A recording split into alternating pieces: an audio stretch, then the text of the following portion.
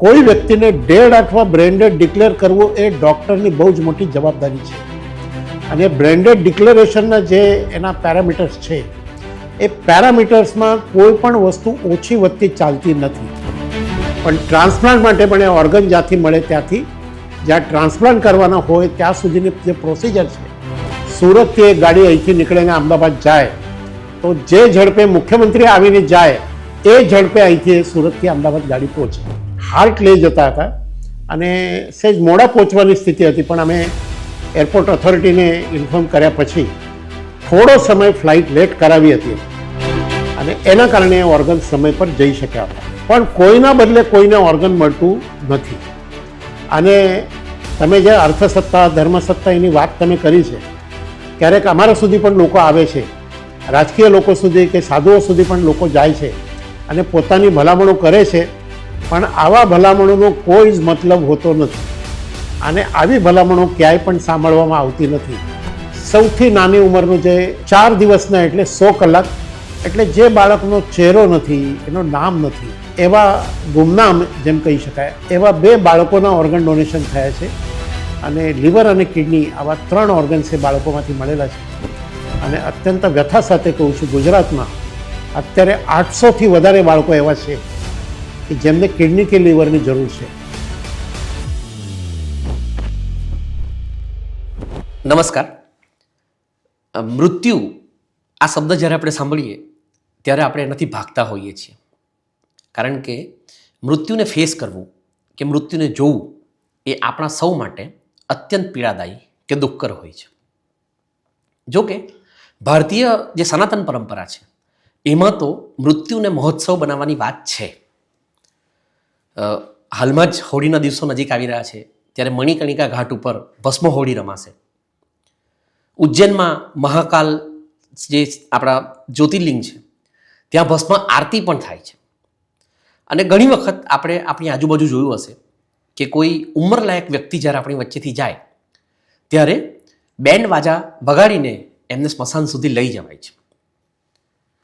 હવે જે ભસ્મ આરતી થાય છે કે જે ભસ્મ હોળી રમાય છે એ તો આધ્યાત્મિક દ્રષ્ટિકોણ છે.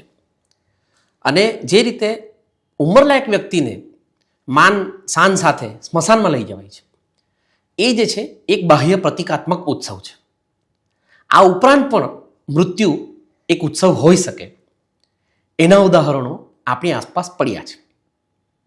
પણ આપણી આયરની એ છે કે આપણે મૃત્યુને ક્યાં તો પીડાલક્ષી અથવા તો જે ઉત્સવની આપણે વાત કરીએ છીએ એ બાહ્ય ઉપર છલ્લું માનીએ છીએ. એને કારણે મૃત્યુનો જે ખરેખર મહોત્સવ મનાવવાનો હોય એ મહોત્સવ મનાવવાનો આપણે ચૂકી જઈએ છીએ.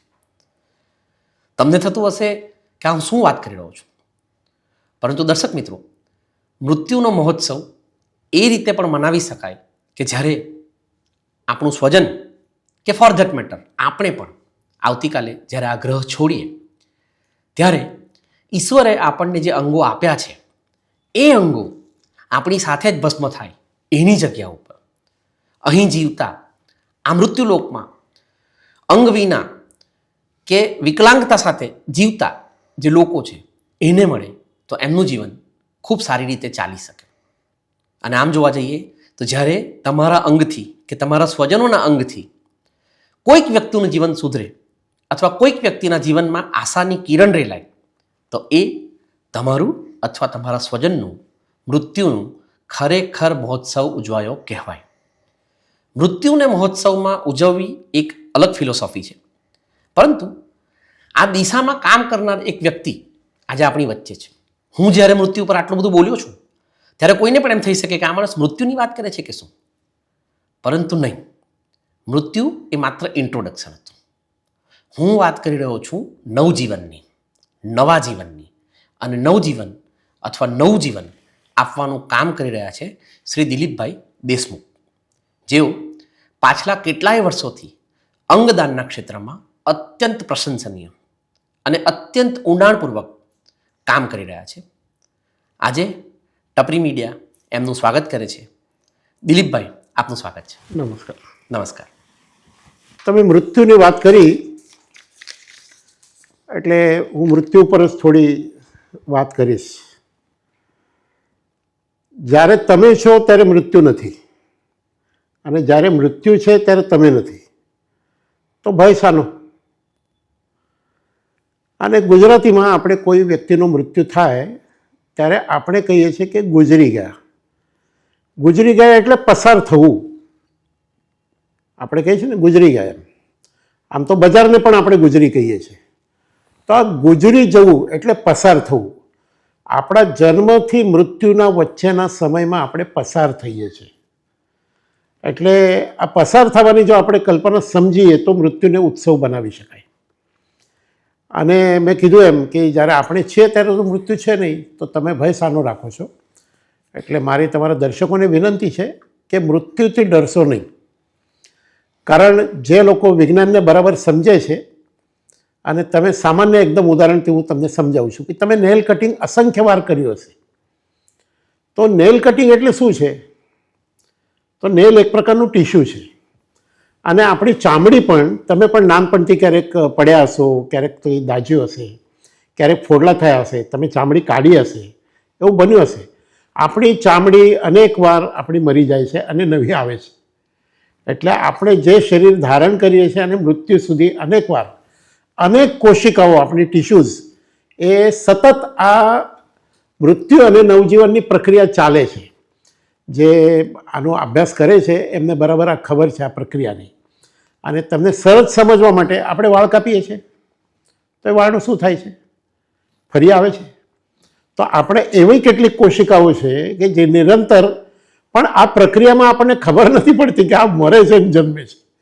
તો આપણે આપણા જન્મ્યા પછી મૃત્યુ સુધી અનેક વાર આપણી કેટલીય કોશિકાઓ એવી છે કે જે મરે છે અને જન્મે છે. અને તમે જે અંગદાનની વાત કરી, એ અંગદાન માટે છેલ્લા 5-6 વર્ષથી હું પ્રયાસરત છું. અને એક રીતે કહી શકાય કે મારા જીવનમાં મેં એક પુસ્તક લખ્યું છે. એ પુસ્તકનું નામ છે થર્ડ ઇનિંગ. તો ક્રિકેટમાં તો ટેસ્ટ મેચમાં તો 2 ઇનિંગ હોય છે, પણ મેં મારા જીવન માટે 3જી ઇનિંગ હું અનુભવી રહ્યો છું. તો ઘણા બધા લોકો મને આ પૂછે છે કે આ થર્ડ ઇનિંગ શું છે?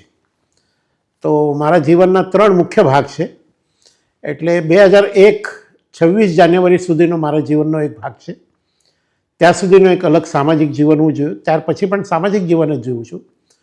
પણ 2001 26 જાન્યુઆરીના દિવસે હું કચ્છમાં હતો, અને તે દિવસે મહાવિનાશક ભૂકંપ આવ્યો, અને મારા નજર સામે મેં 13,000 લોકોને મરતા જોયા છે.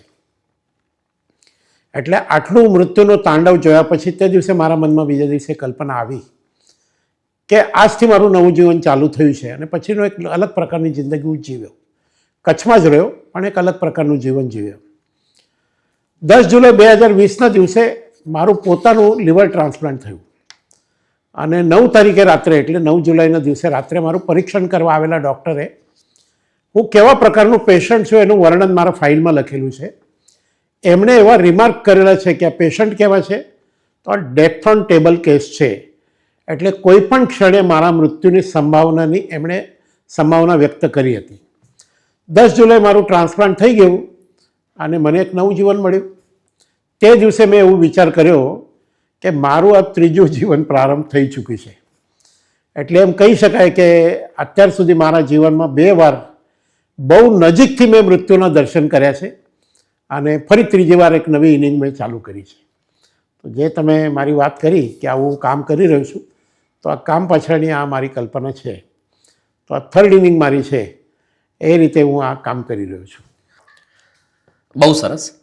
તમે જે આ વાતો કરી, એ વાતો સાથે જ મારે તમને સૌથી પહેલો સવાલ પૂછવો છે કે મૃત્યુ પછીની જે આ દુનિયા છે, એ દુનિયા સાથે કામ કરવાનું તમે કઈ રીતે નક્કી કર્યું?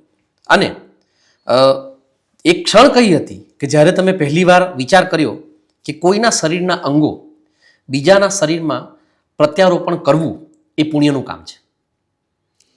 એક તો મને જ દુર્ભાગ્ય જરૂર પડી આ પ્રકારના દાનની. તો લગભગ 7 થી 8 મહિના મારે હોસ્પિટલમાં જ રહેવાનું થયું. એટલે રોજ બીમારીના કારણે કેટલી તકલીફ પડે છે, અને કલાકોને કલાકો એક બાટલો ચડતા લાગે, 10-10 કલાક એ રીતે હું પડ્યો રહ્યો છું. એટલે સમયને પણ મૂલ્ય સમજાયું. અને આસપડોશમાં પણ એવા અસંખ્ય પેશન્ટ મેં જોયા. અને પછી એવા નાના બાળકો પણ છે, અત્યારે પણ છે, એવા અસંખ્ય લોકોની એમને આ પીડામાંથી મુક્તિ મળે. એટલે આ એક કામ એવું છે કે આ જો કામ આપણે કરીએ તો અસંખ્ય લોકોને નવજીવન મળી શકે. અને આવા બ્રેન્ડેજ થયેલા અનેક લોકો છે કે જે અનેક લોકોને બ્રેન્ડેજ થયેલી કન્ડિશનમાં જો એ અંગદાનનો સંકલ્પ કરે તો અનેક લોકોને નવજીવન મળે. અને મને પ્રત્યક્ષ પ્રેરણા બે વાતોથી મળી છે. મને એક તો મારા જે ડૉક્ટર હતા, કારણ હું બીમાર હતો એ દરમિયાન મને ખૂબ લોકો મળવા આવતા હતા. તો એમને એવું લાગ્યું કે આ માણસ એવો છે જેનો સમાજ સાથે કંઈક લેવા દેવા છે અને સમાજ સાથે નાતો છે. આ માણસ જો સામાજિક રીતે સમાજના લોકોને વાત કરશે તો ઘણા બધા લોકોને એની અસર થશે. એટલે મને એમણે કહ્યું હતું કે તમે કેટલા લોકોને વાત કરી શકશો એમ, અથવા કેટલા લોકો તમારી વાત માને. મેં તો ખરેખર ડૉક્ટરને વાત કરી હતી કે 50 લોકો મારી વાત માને. પણ આજે હું કહી શકું કે આ છેલ્લા 5 વર્ષમાં કમસે કમ 20 લાખ લોકો સુધી મેં સંવાદ કર્યો છે, પ્રત્યક્ષ યા અપ્રત્યક્ષ. એટલે કોઈ આ પ્રકારના પોડકાસ્ટ માધ્યમથી રેલીઓ કાઢી છે, સભાઓ કરી છે, ઇન્ટરવ્યૂઝ આપ્યા છે, પત્રિકાઓમાં આવ્યું છે, ઘણી બધી રીતે. તો એ રીતે આ મુવમેન્ટ લાખો લોકો સુધી પહોંચી ગઈ છે. અને મારી પ્રત્યક્ષ જે પીડા હતી, અને હું કાયમ કહું છું કે તમારી પીડામાંથી જો પ્રસવ નહીં થાય તો એ વાંઝ પીડા છે. અને આવી વાંઝ પીડાનો કોઈ જ મતલબ નથી. તો જે પીડામાંથી હું પસાર થયો, અને આપણા જ દેશના અસંખ્ય નાગરિકો આ પીડામાંથી પસાર થઈ રહ્યા છે, અને એમાંથી કોઈ અલ્પ માત્રામાં એક પણ વ્યક્તિની જો આ પીડામાંથી મુક્તિ થાય તો એ પીડામાંથી પ્રસવ થયું કહેવાય. એટલે મારી પોતાની પીડાને જ મેં પ્રેરણા બનાવી. મારા ડૉક્ટર પણ મારી પ્રેરણાનું સ્થાન બન્યા. અને મૂળભૂત રીતે હું સંઘનો સ્વયંસેવક છું. તો આપણા દેશની સર્વાંગીણ ઉન્નતિના માટે મેં પ્રતિજ્ઞા લીધેલી છે. અને અત્યારના આપણા વર્તમાન પ્રધાનમંત્રીએ સતત વિકસિત દેશની વાત કરે છે. તો જેટલા દુનિયાભરમાં વિકસિત દેશો છે, આ વિકસિત દેશોમાં અંગો માટેની પ્રતીક્ષા ખૂબ ઓછી છે. આપણા દેશમાં પણ અંગો માટે જે લોકો મોતનો ઇંતજાર કરે છે અંગોની ઇંતજારીમાં, એ ઇંતજાર જેટલો ઓછો કરી શકાય એ પણ એક વિકસિત દેશની દિશામાં એક ડગલું છે. આવું આ મારા જીવનનું આ કામ કરવા પાછળના 3-4 અલગ અલગ પાસાનો વિચાર કરીએ તો એ પાસા ઉપર હું કામ કરી રહ્યો છું. અને આપણો દેશ કોઈ એક જ કારણ કેવું હોય તો હું એક કારણ કહીશ કે આપણો દેશ જલ્દીમાં જલ્દી વિકસિત દેશ બને. અને વિકસિત દેશમાં, આપણા દેશમાં અત્યારે જે લાખો લોકો અંગોની પ્રતીક્ષામાં મોતનો ઇંતજાર કરે છે, એમનો આ ઇંતજાર ઓછો થાય અથવા સમાપ્ત થાય એ મારી મૂળભૂત પ્રેરણા છે. અને એ રીતે હું અત્યારે કામ કરી રહ્યો છું. ખૂબ સરસ. પણ દાદા, આ પ્રક્રિયા વિશે આપણે વાત કરીએ તો અંગદાનની પ્રક્રિયા આમ કોઈ દેખીતી રીતે સરળ પ્રક્રિયા નથી. આમાં સૌથી પહેલાં તો તમારે પરિવારને સમજાવવાનું હોય. પરિવાર સમજે પછી તમારે એક મેડિકલ, તમારી પાસે એક વ્યવસ્થા હોવી જોઈએ. તો તમે ત્યાર પછી જે વ્યક્તિનું અંગ તમે લો છો અથવા જેનામાં પ્રત્યારોપણ કરો છો એની વચ્ચે આ આખી એક બહુ મોટી કડી છે જે મેડિકલ સુવિધાઓ છે. અને ત્યાંથી શરૂ કરીને તમારી પાસે એક સજ્જડ ટ્રાન્સપોર્ટેશન વ્યવસ્થા પણ હોવી જોઈએ કે પ્રિઝર્વેશનની પણ વ્યવસ્થા હોવી જોઈએ. તો આ મલ્ટી ડાયમેન્શનલ વર્ક છે આમ જોવા જાય તો આ આજે આટલા વર્ષો પછી તમારા માટે કદાચ એવું બને કે હવે તમારી પાસે એક નેટવર્ક છે અથવા હવે તમારી પાસે એક આખું તંત્ર છે. પણ આ શરૂઆતના જે તમારા વર્ષો હશે એમાં તમારા માટે પડકારો રહ્યા હશે. તો તમારા શરૂઆતના વર્ષોના પડકારો વિશે વાત કરો. તમે જે પડકારોની વાત કરીએ, પડકારો પ્રમાણમાં આ વાતને હું બરાબર શરૂઆતથી જ સમજો એના કારણે મને પડકારો ઓછા આવ્યા. અને તમારા પ્રશ્નમાં ઘણા બધા ડાયમેન્શન છે, અથવા જે ઘણી વાત લોકો સુધી અથવા તમારા જેવા લોકો સુધી પણ જે વાત પહોંચી નથી એ વાત હું કરવા માગું છું. આ સમગ્ર ઓર્ગન ડોનેશન પ્રક્રિયાના 3 મુખ્ય આધાર સ્તંભ છે. એના 3 પિલર છે. એક એનો પિલર છે જ્યાંથી આપણને ઓર્ગન્સ મળે એટલે એને કહેવાય ઓર્ગન રિટ્રાઇવલ હોસ્પિટલ્સ. એ ઓર્ગન રિટ્રાઇવલ હોસ્પિટલ એક એનો સ્તંભ છે, મહત્ત્વનો સ્તંભ છે. બીજો મહત્ત્વનો સ્તંભ છે કે ઓર્ગન મળ્યા પછી જ્યાં ઓર્ગન ટ્રાન્સપ્લાન્ટ થાય એવી હોસ્પિટલ્સ, એ બીજો સ્તંભ છે. અને ત્રીજો સ્તંભ છે એને આપણે સમાજ કહીએ અથવા મારા જેવા કામ કરતા લોકો, NGO, એની વાત આપણે કરી શકાય. એ ત્રીજો સ્તંભ છે. તમે ટ્રાન્સપોર્ટેશનની વાત કરી તો ખરેખર જે તમે ચેઇનની વાત કરી, ઇન્ફ્રાસ્ટ્રક્ચરની વાત કરી કે નેટવર્કિંગની વાત કરી, ખરેખર એવા કોઈ જ નેટવર્કિંગની અથવા ઇન્ફ્રાસ્ટ્રક્ચરની સમાજની જરૂર નથી. સમાજ એક એવો સ્તંભ છે અને મેં એમાંથી સમજવાના કારણે એ પસંદ કર્યું કે જ્યારે કોઈ માણસને ઓર્ગનની જરૂર નથી, જ્યારે કોઈ વ્યક્તિ બ્રેન્ડેડ નથી, એ સમયે સમાજને વધુમાં વધુ આપણે વાત કરીએ. એટલે અંગ્રેજી એક બહુ સરસ કહેવત છે, those who sweat more during peace time will blood less during war time. એનો મતલબ એ છે કે શાંતિના સમયમાં, સ્વસ્થ સમયમાં જેટલી આપણે સામાજિક સમજણ વધારીએ એટલું પ્રત્યક્ષ જ્યારે ક્રિટિકલ ટાઈમ આવે ત્યારે સમાજ જલ્દીમાં જલ્દી આનો નિર્ણય કરે તો આ પ્રક્રિયા ઝડપી બને. તમારી વાતમાં એક બહુ મહત્ત્વનો શબ્દ આવ્યો કે પ્રિઝર્વેશન. તો આ એક વાત એવી છે કે લોકોમાં એક ગેરસમજ છે, જેમ આંખ માટે બેંક છે, બ્લડ માટે બેંક છે, એવી ઓર્ગન માટેની કોઈ બેંક નથી અને ઓર્ગન્સ અમારે કોઈ પ્રિઝર્વ કરવાનો અર્થ હોતો નથી. ઓફકોર્સ જે ઓછો સમય છે 2, 4, 6, 8, 10 કલાકનો, એમાં પણ ઓર્ગન પ્રિઝર્વ તો કરવાના જ છે, કારણ એક જગ્યાએથી બીજી જગ્યાએ લઈ જવાના છે. તો એના માટે જે પ્રિઝર્વેશનની આખી સિસ્ટમ છે કે જે વ્યવસ્થા છે એની ચિંતા કન્સર્ન હોસ્પિટલ કે ડૉક્ટર્સ જ કરે છે. ફોર એક્ઝામ્પલ, આપણને સુરતમાંથી કોઈ ઓર્ગન મળે અથવા કલ્પના કરો કે ભુજમાંથી કે જૂનાગઢમાંથી કે જામનગરમાંથી કે રાજકોટમાંથી કે મહેસાણામાંથી કે પાલનપુરમાંથી કોઈ ઓર્ગન મળે, તો એ ઓર્ગન લેવા માટે ટીમ આવે છે, કન્સર્ન હોસ્પિટલમાંથી જ ટીમ આવે.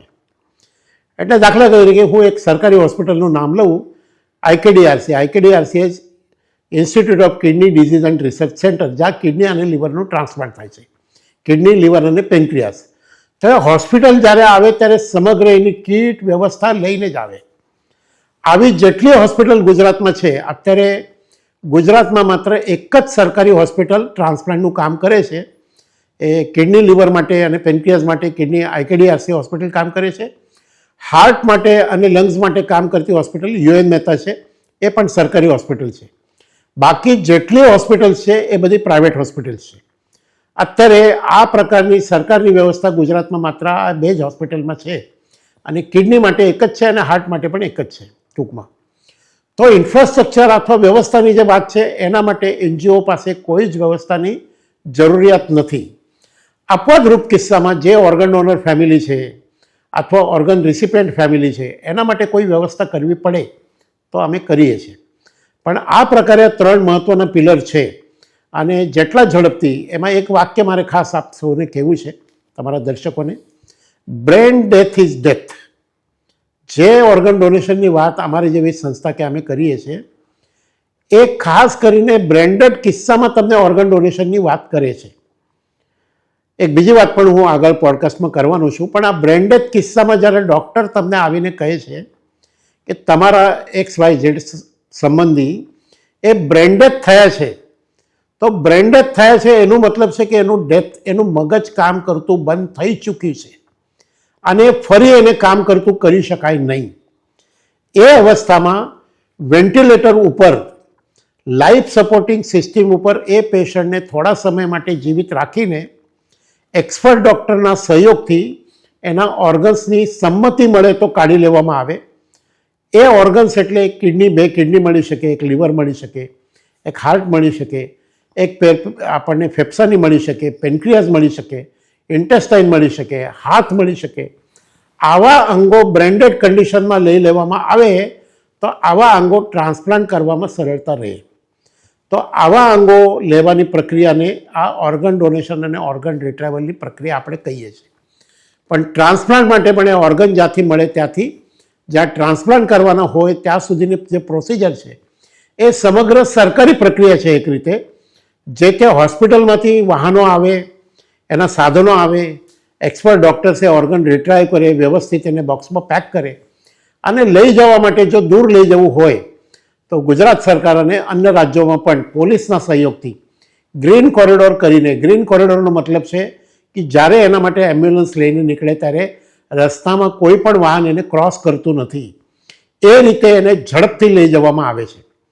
એટલે તમને સમજવા માટે કહું છું, તમે આપણે સુરતમાં બેઠા છે એટલે સુરતથી એક ગાડી અહીંથી નીકળીને અમદાવાદ જાય તો જે ઝડપે મુખ્યમંત્રી આવીને જાય એ ઝડપે અહીંથી સુરતથી અમદાવાદ ગાડી પહોંચે અથવા અન્ય કોઈ પણ સ્થાન ઉપરથી પહોંચવી હોય તો.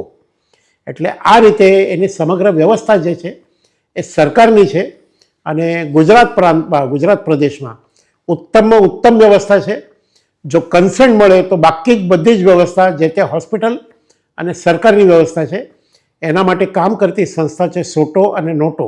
સોટો એટલે state organ tissue transplant organisation, અલોકેશનનું કામ પણ એ જ કરે છે. નોટો એટલે national organ tissue transplant organisation. તો આ બે સંસ્થાના માધ્યમથી આ સમગ્ર પ્રક્રિયાને મોનિટર કરવામાં આવે અને ઓર્ગન રિટ્રાવલની પ્રક્રિયા થાય અને ઓર્ગન ડોનેશનની પણ પ્રક્રિયા થાય છે.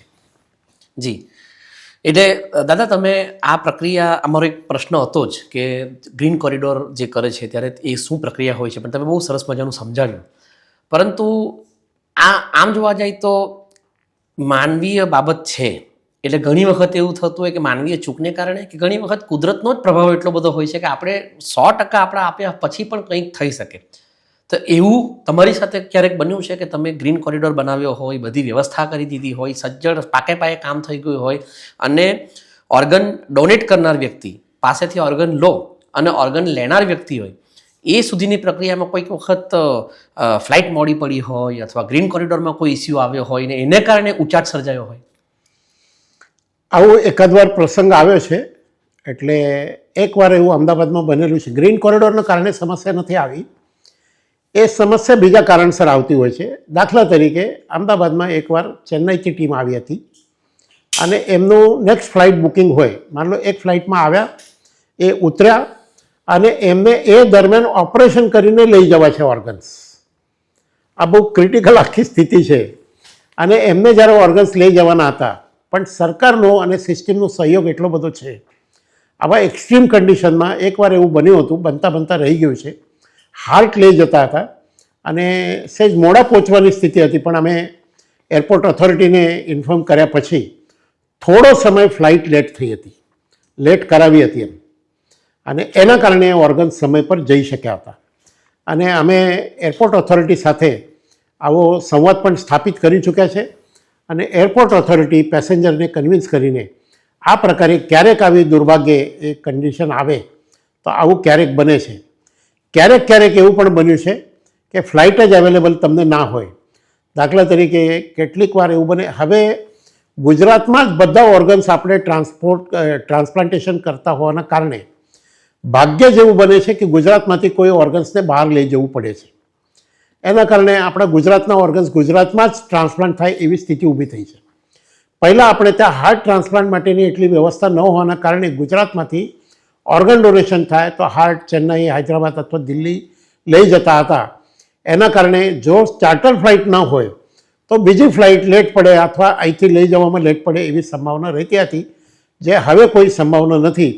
અને મને કહેતા આનંદ થાય છે કે પોલીસ ડિપાર્ટમેન્ટ જ્યારે ગ્રીન કોરિડોર કરે છે ત્યારે એટલી સજ્જડ વ્યવસ્થા કરે છે અને એક સામાન્ય પોલીસ કર્મી પણ એટલા બધા પેશનથી એ કામ કરે છે કે એમાં ક્યારે પણ કોઈ ચૂક અથવા ક્યારે પણ કોઈ એવા ઓર્ગન્સને વેસ્ટ કરવા પડ્યા એવો કોઈ અવસર આવેલો નથી.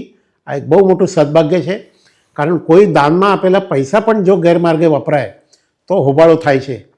એટલે આ કલ્પના જ બહુ ભયાવહ છે કે કોઈ ઓર્ગન મળ્યો હોય અને યોગ્ય રીતે ન વપરાય તો આ કામને બહુ મોટી અસર થઈ શકે એમ છે.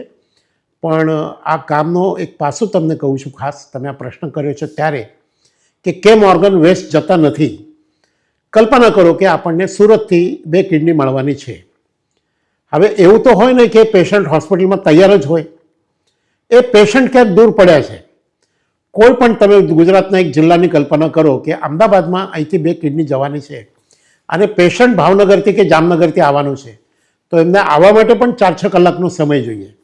એટલે જ્યારે આવી સંભાવના હોય ત્યારે કિડની હોસ્પિટલ એક સાથે 3 પેશન્ટને બોલાવી રાખે છે. એ પેશન્ટ સમયસર નીકળે અને આવું ટ્રાન્સપ્લાન્ટ કરતાં પહેલાં પેશન્ટને ઉપવાસ પણ કરવાનો હોય છે. એટલે ડૉક્ટર અહીંથી સૂચના આપે ત્યારે ત્યારથી જ કહી દે કે તમે નીકળતા પહેલાં તમારું જે કંઈ ખાવા પીવાનું છે એ બંધ કરી દો. અને એવા એક સાથે 3 પેશન્ટને બોલાવે, કારણ એવું હંમેશા બને નહીં કે જે પેશન્ટ આવેલો હોય એ આપવાની સ્થિતિમાં પણ હોય. આ કોઈ એવી વસ્તુ નથી ખિસ્સામાંથી પેન કે મોબાઈલ કાઢીને તમે કોઈને આપી દીધું. તો સંભવ છે કે પેશન્ટને તાવ હોય, કોઈ ઇન્ફેક્શન હોય, તો એવા પેશન્ટનું ટ્રાન્સપ્લાન્ટ ના થઈ શકે. એટલે માત્ર સરકારી વ્યવસ્થાના કારણે નહીં, પણ પેશન્ટની શારીરિક સ્થિતિના કારણે પણ ટ્રાન્સપ્લાન્ટ ન થાય એવું બને. એટલે એ સ્થિતિમાં ડૉક્ટર સાવચેતી એવી રાખે છે એક સાથે 2 કે 3 પેશન્ટને એક ઓર્ગન માટે બોલાવે અને જે પેશન્ટની કન્ડિશન સારામાં સારી હોય શારીરિક રીતે એ જ પેશન્ટને એ લોકો ટ્રાન્સપ્લાન્ટ માટે લે છે અને એવા પેશન્ટનું ટ્રાન્સપ્લાન્ટ થાય. આ એક જટિલ પ્રોસેસ છે, પણ એ સમગ્ર કામ એક્સપર્ટ ડૉક્ટરના નિગરાનીમાં થતું હોય છે. એટલે એક પેશન્ટને પણ 2-3 ડૉક્ટર ચકાસતા હોય છે. એના રિપોર્ટ્સ લેબમાં થાય ઇમિડિયેટ, અને રિપોર્ટ્સના આધારે દાખલા તરીકે કોવિડ દરમિયાન એ કોવિડ છે કે નહીં, જેના ઓર્ગન્સ લેવાના છે એ પણ કોવિડ પેશન્ટ છે કે નહીં એ જોવામાં આવે.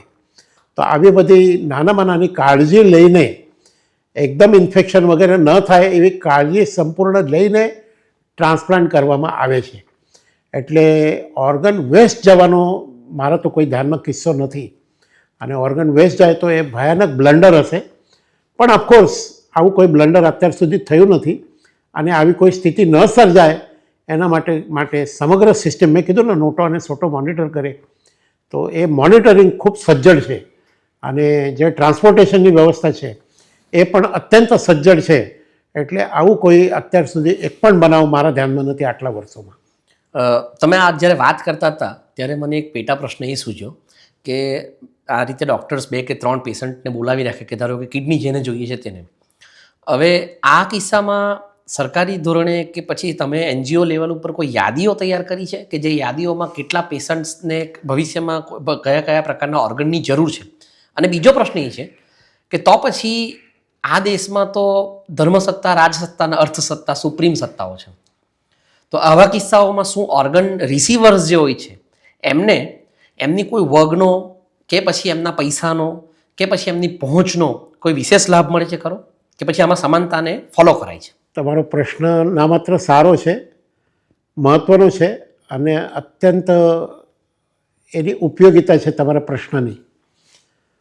મને કહેતા આનંદ થાય છે કે જે ઓર્ગનનું અલોકેશન છે એ અલોકેશન સંપૂર્ણ ટ્રાન્સપરન્ટ રીતે કરવામાં આવી રહ્યું છે. અને ગુજરાતમાં ઓર્ગન્સ અલોકેશનનું કામ સોટો દ્વારા થાય છે. અત્યારે સોટોના જે ઇન્ચાર્જ ડૉક્ટર છે એ ડૉક્ટરનું નામ છે ડૉક્ટર પ્રાંજલ મોદી, અને પ્રાંજલભાઈના નિગરાનીમાં એક ટીમ કામ કરે છે સોટોની, અને એનો સ્કોરિંગ પણ હોય છે કે કયા પેશન્ટની કયા પ્રકારની સ્થિતિ છે, અને સ્કોરિંગના આધારે એ પેશન્ટને ઓર્ગન્સ મળે કે નહીં મળે એની યાદી બને છે. બીજી વાત જે મેં કરી કે એક સાથે 2 કે 3 પેશન્ટને બોલાવવામાં આવે છે, તો એ એટલા માટે બોલાવવા માટે આવે કે કોઈ ઓર્ગન વેસ્ટ ન જાય. પણ એના કારણે ક્યારેક પેશન્ટમાં ગેરસમજ થાય કે મારા બદલે એક્સને આપવામાં આવ્યું, પણ કોઈના બદલે કોઈને ઓર્ગન મળતું નથી. અને તમે જે અર્થસત્તા, ધર્મસત્તા એની વાત તમે કરી છે, ક્યારેક અમારા સુધી પણ લોકો આવે છે, રાજકીય લોકો સુધી કે સાધુઓ સુધી પણ લોકો જાય છે અને પોતાની ભલામણો કરે છે, પણ આવા ભલામણોનો કોઈ જ મતલબ હોતો નથી. અને આવી ભલામણો ક્યાંય પણ સાંભળવામાં આવતી નથી. આપવાદરૂપ 1 કે 2 કિસ્સામાં કોઈ પેશન્ટે હાઈકોર્ટ કે સુપ્રીમ કોર્ટ સુધી પણ ગયા છે, અને જે તે સમયે ઓથોરિટીએ સુપ્રીમને કહ્યું છે કે તમે ઓર્ડર કરો કે અમારે આ પેશન્ટને ઓર્ગન આપવાનો છે તો અમે આપી દઈશું, તમારો જો ઓર્ડર હોય તો. એટલે આવા કિસ્સામાં સુપ્રીમ કોર્ટ પણ કોઈને પણ આ પ્રકારનો ઓર્ડર કરી શકતો નથી. એટલી આ સજ્જડ ટ્રાન્સપરન્ટ વ્યવસ્થા છે. એટલે મારી સૌને જે લોકો ઓર્ગનની પ્રતીક્ષામાં છે એ પેશન્ટને પણ વિનંતી છે કે તમે જો વ્યવસ્થિત રીતે રજિસ્ટર કર્યું હોય, એટલું જ નહીં, મેં જ્યારે મારા ઓર્ગન માટે રજિસ્ટ્રેશન કરાવ્યું ત્યારે મારા ડૉક્ટરે મને બહુ સારી વાત કરી. આપણે નાના હતા ત્યારે ક્યારેક રેશનની લાઇનમાં કે પાણીની લાઇનમાં ઊભા રહેલા છે, તો આપણે એવું કરતા કે કોઈક ભાઈને લઈ જઈએ, બીજા લાઇનમાં ઊભા રાખીએ, બેનને ત્રીજા લાઇનમાં ઊભા રાખીએ, મમ્મી કે પપ્પા હજી કોઈક ચોથા લાઇનમાં હોય. તો ત્યારે મને એમણે કહ્યું હતું એક સાથે તમે 4 લાઇનમાં ઊભા રહી શકો નહીં, તમે કોઈ પણ એક જ લાઇનમાં ઊભા રહી શકો. હમણાં તાજેતરમાં એક લંગ્સને પેશન્ટ હતા, અને એમણે આપણા રાજ્યની બહાર એક જગ્યાએ રજિસ્ટર કરવા ગયા, તો એમનું પહેલાં રજિસ્ટ્રેશન ગુજરાતમાં થયેલું હતું.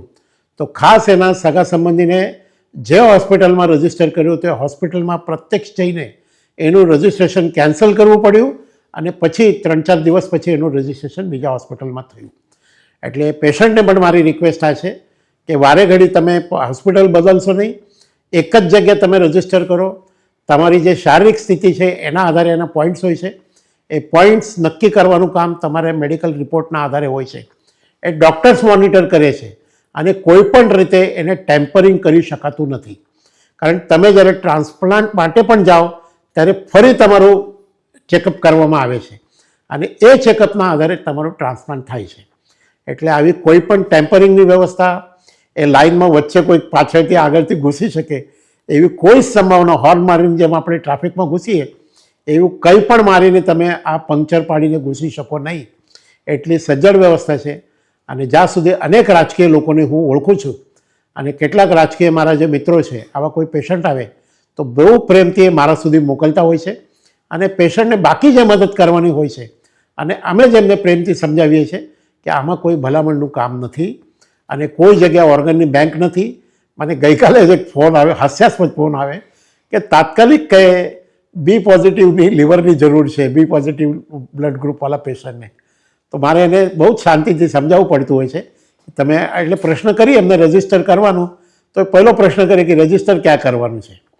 તો એ કન્સર્ન હોસ્પિટલમાં રજિસ્ટર કરવું પડે અને કોઈ જેમાં બાયપાસ, ઉતાવળ, ભલામણ આની કોઈ જ સંભાવના નથી. દાદા, આ તમારી વાત પરથી મને એક બીજો પ્રશ્ન થાય છે કે ઓર્ગન ડોનેશન કરવું જોઈએ, ઓર્ગન ડોનેશન થાય એ વિશે જાગૃતિ પણ આવી રહી છે. આજથી 5 વર્ષ પહેલાં જે સ્થિતિ હતી એના કરતાં હમણાં સ્થિતિ પણ ઘણી સારી છે. અલબત્ત ઘણું બધું કામ કરવાનું બાકી છે, પરંતુ એમ કંઈ ઓર્ગન ડોનેશનનું તમે નામ લો ને ઓર્ગન ડોનેશન કરી નથી શકાતા. હું માનું ત્યાં સુધી એના કોઈ ધારાધોરણો તો હશે જ. તો તમે અમારા દર્શકોને એ સમજાવો કે કોઈ પણ વ્યક્તિ ઓર્ગન ડોનેટ કરવા માટે એની એલિજિબિલિટી શું હોય છે? હું જે ઓર્ગન ડોનેશનની અત્યારે વાત કરી રહ્યો છું એ મુખ્યત્વે બ્રેન્ડેડ થયેલા પેશન્ટના ઓર્ગન ડોનેશનની વાત કરીએ છીએ. એક વ્યક્તિને બ્રેન્ડેડ ડિક્લેર કરવા માટે જે તે કન્સર્ન હોસ્પિટલે એને એપનિયા ટેસ્ટ કરવો પડે છે. બ્રેન્ડેડ ડિક્લેર કરવા માટે એપનિયા ટેસ્ટ ના માત્ર એકવાર કરવો પડે, 2 વાર કરવો પડે. ઇન કેસ મેજર એટલે કે 18 વર્ષથી ઉપરનો પેશન્ટ હોય તો 6 કલાકે એપનિયા ટેસ્ટ બીજી વાર કરવો પડે. ઇન કેસ પેશન્ટ માઇનર હોય તો 12 કલાકે એપનિયા ટેસ્ટ રિપીટ કરવામાં આવે. ઇન કેસ ન્યોનેટલ એટલે કે જન્મજાત શિશુઓ જે હોય તો એવા શિશુઓના, એટલે અહીંથી સુરતથી આપણે એક 4 દિવસના બાળકનું પણ ઓર્ગન ડોનેશન કરેલું છે. એવા બાળકો માટે 24 કલાકે એનો ટેસ્ટ રિપીટ કરવો પડે. એક બ્રેન્ડેડ પેશન્ટના એક ટેસ્ટ કરવા માટે 4 ડૉક્ટરના સિગ્નેચરથી એક વ્યક્તિને બ્રેન્ડેડ ડિક્લેર કરવામાં આવે છે. કોઈ વ્યક્તિને ડેડ અથવા બ્રેન્ડેડ ડિક્લેર કરવું એ ડૉક્ટરની બહુ જ મોટી જવાબદારી છે. અને બ્રેન્ડેડ ડિક્લેરેશનના જે એના પેરામીટર્સ છે એ પેરામીટર્સમાં કોઈ પણ વસ્તુ ઓછી વધતી ચાલતી નથી. એટલે માન લો એનું બીપી અમુક પ્રકારનું હોવું જોઈએ, તો એ બીપીનું પણ ઓછું વધતું હોય, એક કાઉન્ટ પણ ઓછું વધતું હોય તો ડૉક્ટર એને ચલાવતા નથી. એટલે જબરદસ્તીથી કોઈ પેશન્ટને બ્રેન્ડેડ ડિક્લેર કરી શકાય નથી. કારણ એક વ્યક્તિને બ્રેન્ડેડ ડિક્લેર કરવા માટે મેં એમ કીધું એમ 1 વાર નહીં 2 વાર ટેસ્ટ કરવા પડે અને એ પણ સારા એક્સપર્ટ 4 ડૉક્ટરો જે સરકાર દ્વારા માન્ય બ્રેન્ડેડ કમિટી હોય એ ડૉક્ટરોના માધ્યમથી, એટલે એ કમિટીમાં સાધારણતઃ ન્યુરોસર્જન અથવા ન્યુરોફિઝિશિયન હોય, એનેસ્થેટિસ્ટ હોય, એમડી મેડિસિનના ડૉક્ટર પણ ફિઝિશિયન હોય એવા ડૉક્ટર હોય, જે તે હોસ્પિટલના સુપ્રિન્ટેન્ડન્ટ કે સીઓ એ પ્રકારના પણ ડૉક્ટર હોય અને એમના સિગ્નેચરથી એ પેશન્ટને બ્રેન્ડેડ ડિક્લેર કરવામાં આવે છે. અને તો જ એક પેશન્ટનો ઓર્ગન્સ આપણને મળી શકે છે કન્સેન્ટ મળ્યા પછી. અત્યાર સુધી મને 2-3 વાર એવા અનુભવ થયા છે કે ફેમિલીની બહુ જ ઈચ્છા હોય કે ઓર્ગન ડોનેશન કરવું છે અને તેમ છતાં ઓર્ગન ડોનેશન થઈ શક્યું નથી. ઓર્ગન ડોનેશનનું કન્સેન્ટ મળ્યા પછી પેશન્ટને બ્રેન્ડેડ ડિક્લેર કર્યા પછી પણ જો પેશન્ટને કાર્ડિયાક એરેસ્ટ આવે અને પેશન્ટની ડેથ થાય તો પણ ઓર્ગન ડોનેશન થઈ શકે નહીં. તાજેતરનો જે સુરતનો કિસ્સો હતો જેમાં એમણે સુસાઇડલ કેસ હતું, તો એમાં પેશન્ટની કન્સેન્ટ હતી, એપનિયા ટેસ્ટ પણ પોઝિટિવ થઈ ગયા હતા, પણ તેમ છતાં મીનવાઇલ પેશન્ટને કાર્ડિયાક એરેસ્ટ આવી અને એ કાર્ડિયાક એરેસ્ટના કારણે પેશન્ટના માત્ર આંખોનું દાન થઈ શક્યું, બીજા કયું ઓર્ગન્સ લઈ શક્યા નથી. એટલે ઓર્ગન ડોનેશનની ફરી એકવાર કહું છું કે આ સમગ્ર પ્રક્રિયા બહુ જ પારદર્શી છે. એટલે તમારા મનમાં આવે એટલે ઓર્ગન ડોનેશન કરી શકાય નહીં, માત્ર કન્સેન્ટ હોય એટલે પણ નહીં થાય. પેશન્ટ ખરેખર બ્રેન્ડેડ હોવા જોઈએ અને બ્રેન્ડેડ અવસ્થામાં જ ઓર્ગન ડોનેશન થઈ શકે.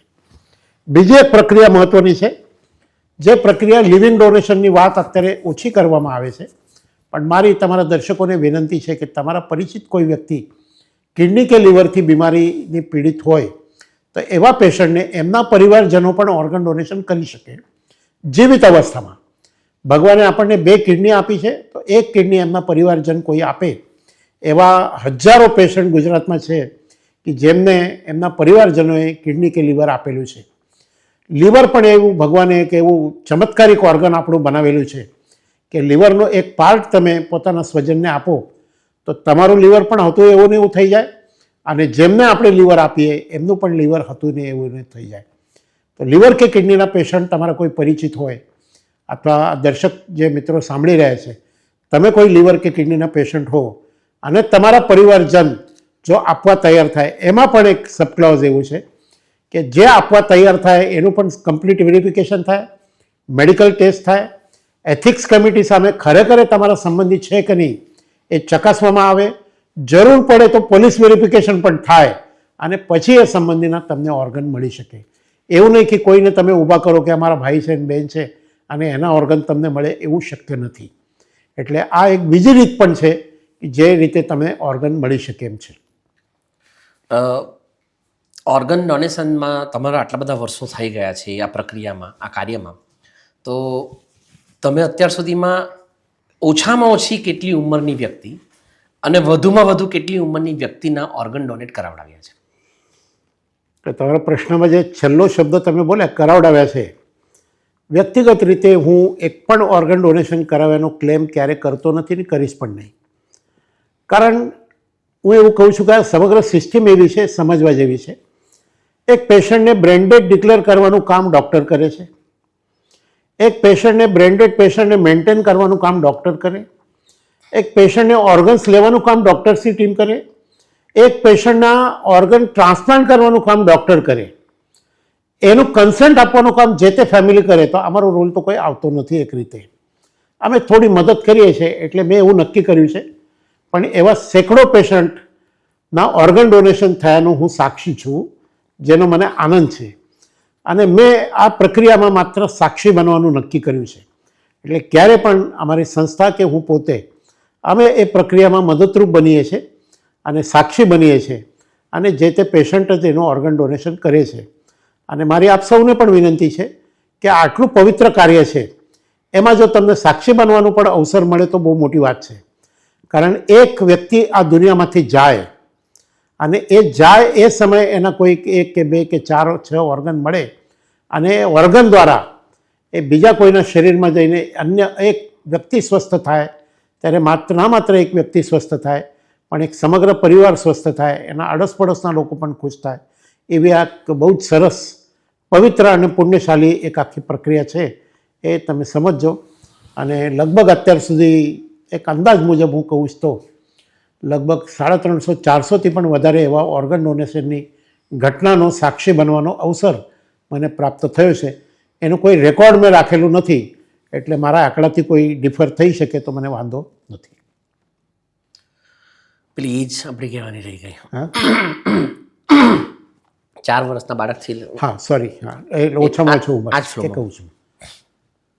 તમારો જે એક પ્રશ્ન હતો કે નાનામાં નાની કેટલી ઉંમર અને મોટામાં મોટી કેટલી ઉંમર, તો અત્યાર સુધી મેં જોયેલા પેશન્ટમાં સૌથી નાની ઉંમરનું જે સુરતના 2 દાખલા એવા છે, 4 દિવસના એટલે 100 કલાક, અને અન્ય એક પેશન્ટના એટલે જે બાળકનો ચહેરો નથી, એનું નામ નથી, બીજો એક બાળક કે જેના 5 દિવસના, એ બાળકનો પણ ના કોઈ ચહેરો હતો ના કોઈ નામ હતું, એવા ગુમનામ જેમ કહી શકાય, અનામિક એવા 2 બાળકોના ઓર્ગન ડોનેશન થયા છે.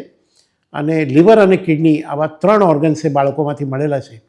અને એમના લીવર અને કિડની એ નાના બાળકોમાં જ ટ્રાન્સપ્લાન્ટ કરવામાં આવે છે. મને અત્યંત દુઃખ સાથે હું કહું છું, અને અત્યંત વ્યથા સાથે કહું છું, ગુજરાતમાં અત્યારે 800થી વધારે બાળકો એવા છે કે જેમને કિડની કે લીવરની જરૂર છે. તાજેતરમાં એવી એક બાળકીને હું મળ્યો છું જેને 6 મહિનાની ઉંમરમાં એનું લીવર ટ્રાન્સપ્લાન્ટ થયું છે. એનો ફોટો પણ હું તમને પછી બતાવીશ. એના મમ્મી એને લીવર આપ્યું છે.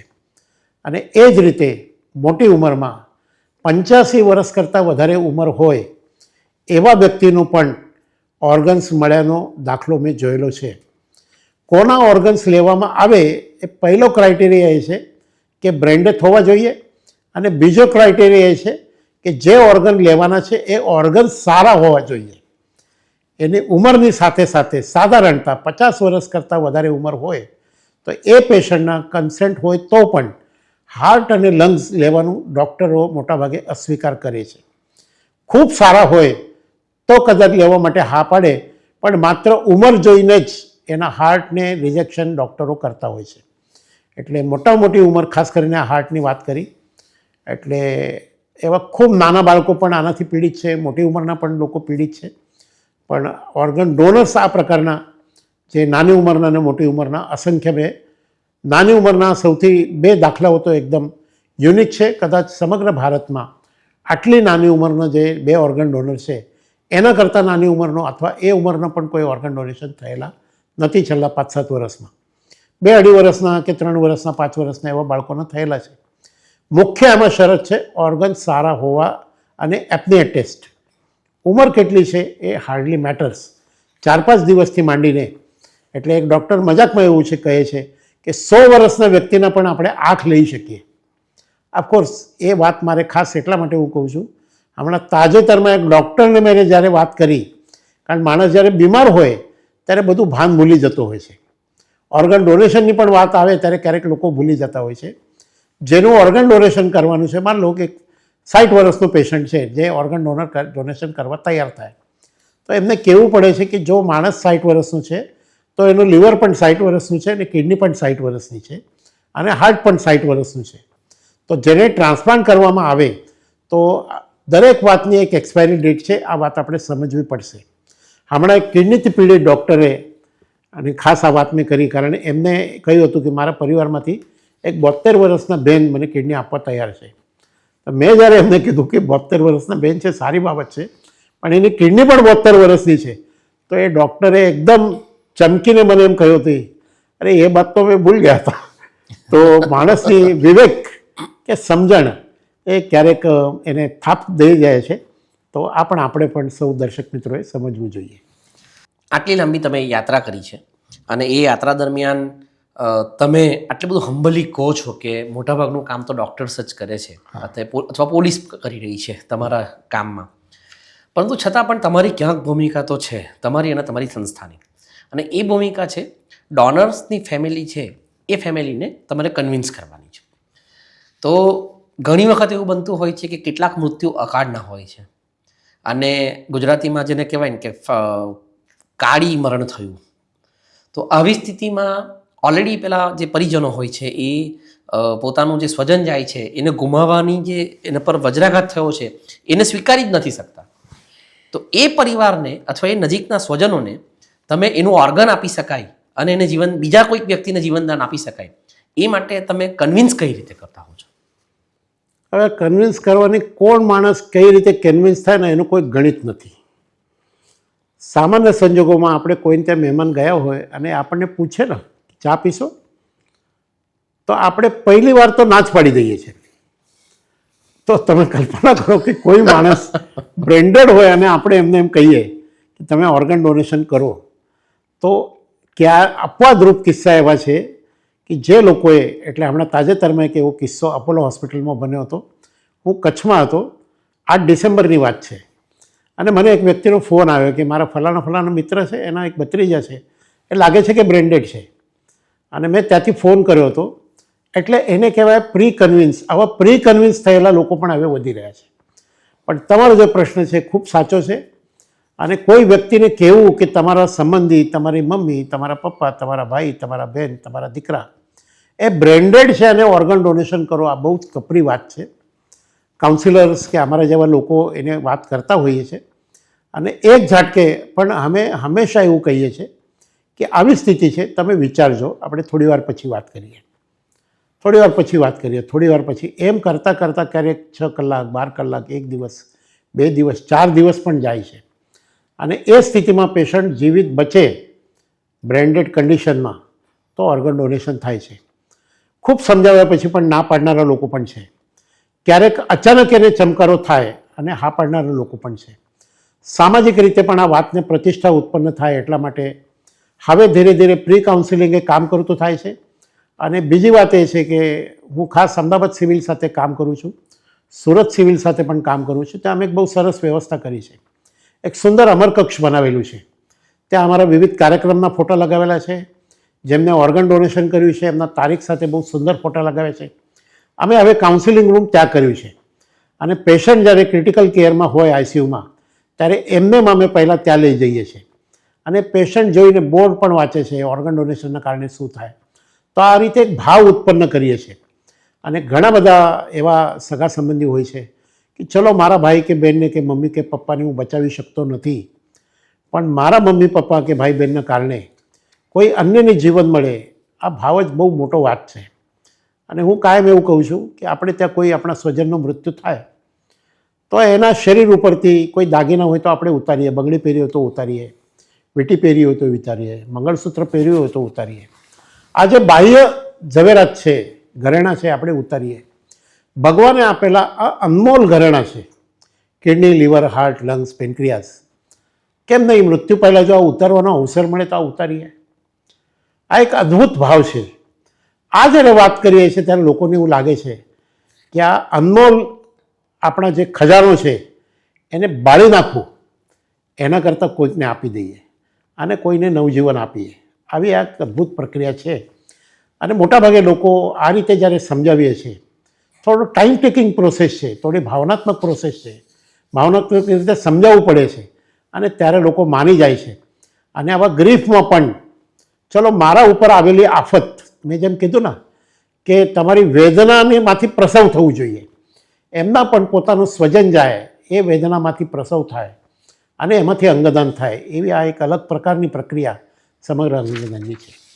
તમે તો આ યાત્રા ઘણી લાંબી કરી છે, તો એ સમય દરમિયાન જ્યારે અંગદાન થાય પછી જે વ્યક્તિનું સ્વજન ગયું હોય એનું અંગદાન કોઈ બીજી વ્યક્તિમાં થાય ત્યારે એ બે પરિવારજનોનું મિલન થાય અથવા જેનામાં પ્રત્યારોપણ થયું હોય એ વ્યક્તિને જેમણે સ્વજન ગુમાવ્યું છે એ મળે તો એ મિલન વખતે એમની આંખોમાં ભાવ કેવા હોય કે મિલન કેવો હોય એ તમે ક્યારેય પ્રત્યક્ષ જોયું છે ખરું? હા, મેં જોયેલું છે, મારા કિસ્સામાં જ જોયેલું છે. અને ટેકનિકલી અથવા કાયદાકીય રીતે ખરેખર આવું મિલન અન્ય કોઈએ કરવું ના જોઈએ. તમને કોઈ રીતે ખબર પડે અને મિલન થાય, કારણ એમાં એક સંભાવના ટ્રેડિંગની રહેલી છે. એટલે એથિક્સની રીતે કોઈ સંસ્થાએ આ કામ નહીં કરવું જોઈએ એવું નિયમ છે. તેમ છતાં કોઈને આવું અપવાદરૂપ મિલન થાય છે.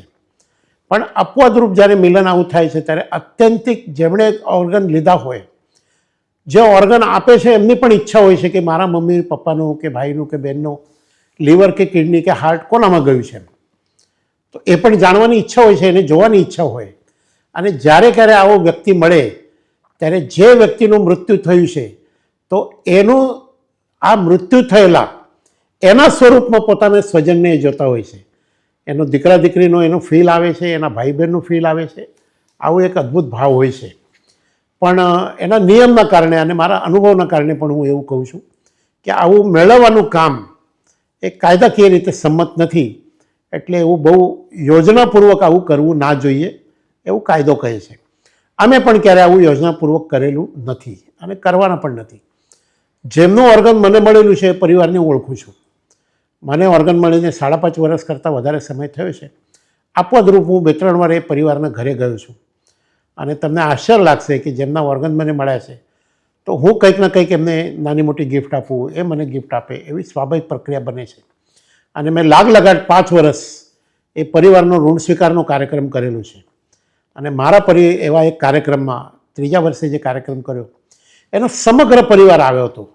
એટલે જેમના ઓર્ગન મળ્યા એ મહેશ પટેલના મમ્મી પપ્પા તો દર વર્ષે આવે છે, 5 વર્ષથી આવે છે. એટલે મહેશ પટેલના મમ્મી પપ્પા આવ્યા, દાદા દાદી આવ્યા, નાના નાની આવ્યા, મામા મામી ફોઈ, એ બધા જ લોકો એ કાર્યક્રમમાં આવેલા હતા. તો એવો એક અદ્ભુત કાર્યક્રમ, એના કઝિન્સ આવ્યા હતા, કેનેડાથી એનો ભાઈ આવેલો છે એક જ કાર્યક્રમમાં. તો આવું આવે છે અને એ વખતે જે ભાવપૂર્ણ વાતાવરણ હોય છે એકદમ. એટલે નિઃશબ્દમાં પણ તમને અત્યંત એક ભાવુક વાતાવરણ ત્યાં હોય છે અને એક અલગ પ્રકારનો ઓરા એ કાર્યક્રમની હોય છે. અને મેં લાગલગટ મેં નક્કી કર્યું હતું કે 5 વર્ષ કમસે કમ આવો ઋણ સ્વીકાર કાર્યક્રમ કરીશ.